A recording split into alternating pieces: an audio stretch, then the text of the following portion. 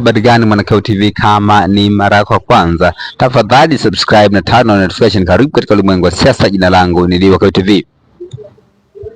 James Mbowe ameonyeshwa kukasirishwa na wanasiasa ambao wamekuwa wakichapisha katika mitandao kwamba kumekuwa na vikao ambavyo vinaendelea katika mtandao wa Zoom, ambapo aliyekuwa mgombea wa urais kutoka katika chama cha ukombozi wa umma ndugu Salim Mwalimu, ambapo anaripotiwa kwamba naye angekuwepo katika uchambuzi wa ripoti ya tume ya uchunguzi wa matukio ya Oktoba 29, ambapo anasema kwamba ambapo chapisho hili linaonyesha kwamba wangefanya mkutano katika mtandao wa Zoom. Lakini pia mwingine ambaye ni Profesa Paramaganda Kabudi, lakini mwingine ambaye ni Eliona Kimaro ambaye ni mchungaji wa kanisa la KKKT Dayosisi ya Gitonyama.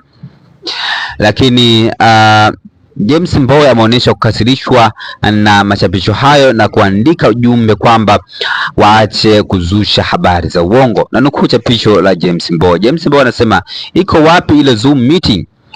Ushauri wangu kwa vijana wenzangu, kabla hujasambaza taarifa yoyote, hakikisha kwanza ukweli na taarifa yenyewe. Hii tabia ya kuchafua majina ya watu rejareja, hawa wanaharakati watawaingiza kwenye mtego mbaya. Mshindwe kujinasua. Kuna siku mtamchafua mtu ambaye hamchi Mungu. Hapo ndipo kilio cha kusaga meno kitakuwa kwako na ndugu zako.